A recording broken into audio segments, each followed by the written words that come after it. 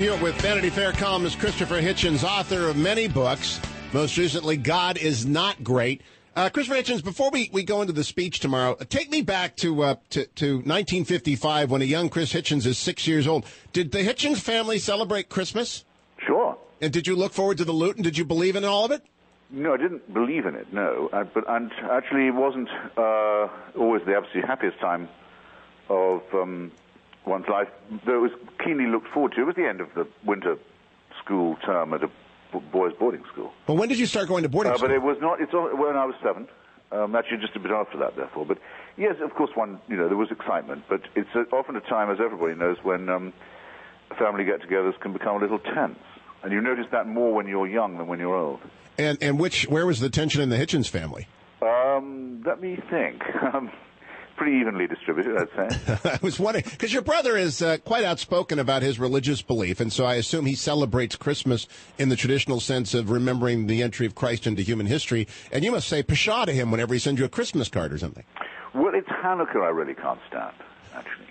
I've just written a column for Slate about how everything really went wrong when at the Hanukkah festival, when the obscurantist fundamentalist Jews managed to defeat and overthrow and destroy the Hellenized philosophical Epicurean Jews 160 years before the alleged birth.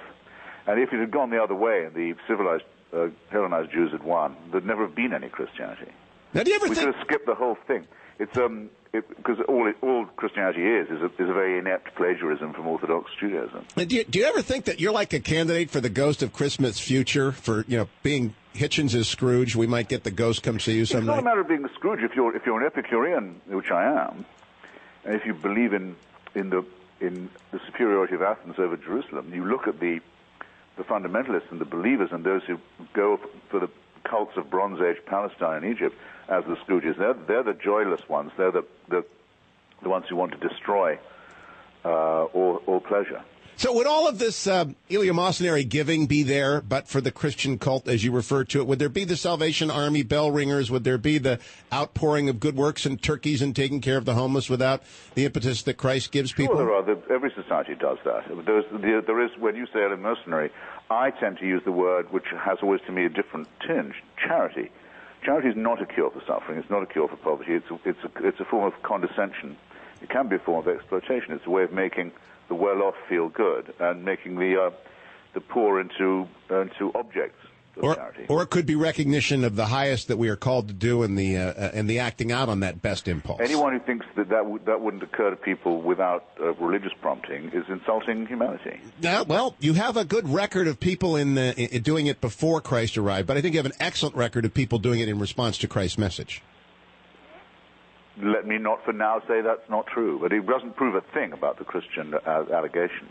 All right, let's go to, by the way, do you expect a lot of people to be getting God is Not Great under their Christmas tree? Oh, I know they will, because I know the book's gone up by 21% just in the last couple of weeks, having been, on sale for quite a long time in hardback. No, it's the favorite stocking stuffer this year, that and the Portable Atheist, which is my anthology of the most brilliant and beautiful faithless writings ever produced. All right, now let's turn to the speech tomorrow. Mitt Romney going to give a speech titled Faith in America. Not likely to be an exposition of Mormon theology, much more likely to be about the benefits of religious liberty. What do you think you're going to hear tomorrow? Well, yes, I'm sure he'll try and front-load it like that, but he knows why people expect a speech from him, and he's been taking conflicting advice and also giving off conflicting signals, but his reason for giving it is he knows, he has accepted now that he has to answer a couple of questions about not his membership. He's not like Harry Reid or Orrin Hatch. He's a leader of the Mormon faith, and his family has a dynastic, traditional leadership position in it. What do you mean by that? Because I've written a book about it. The Romney family has been very, very important in this weird Joseph Smith cult for many generations.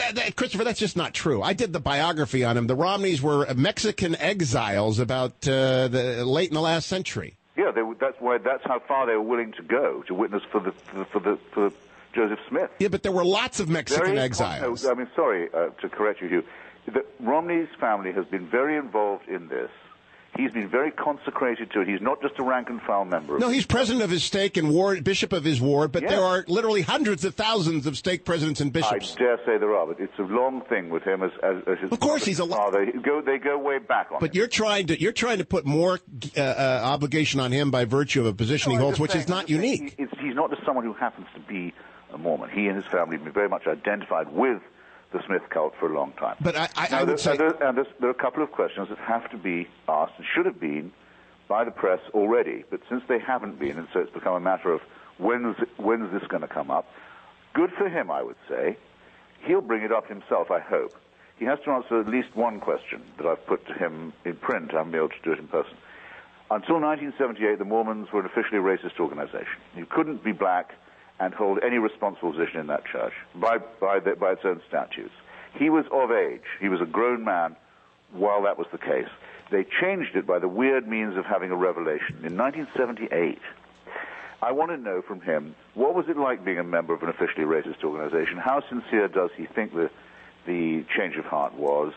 And how did it affect him personally? Of course, he has answered this expressly, talking about pulling over to the side of the road and crying in joy over that and having been deeply suspicious of it. He walked in civil rights marches with his father. Does he think that this is the Latter-day Saints are divinely guided then, or doesn't he?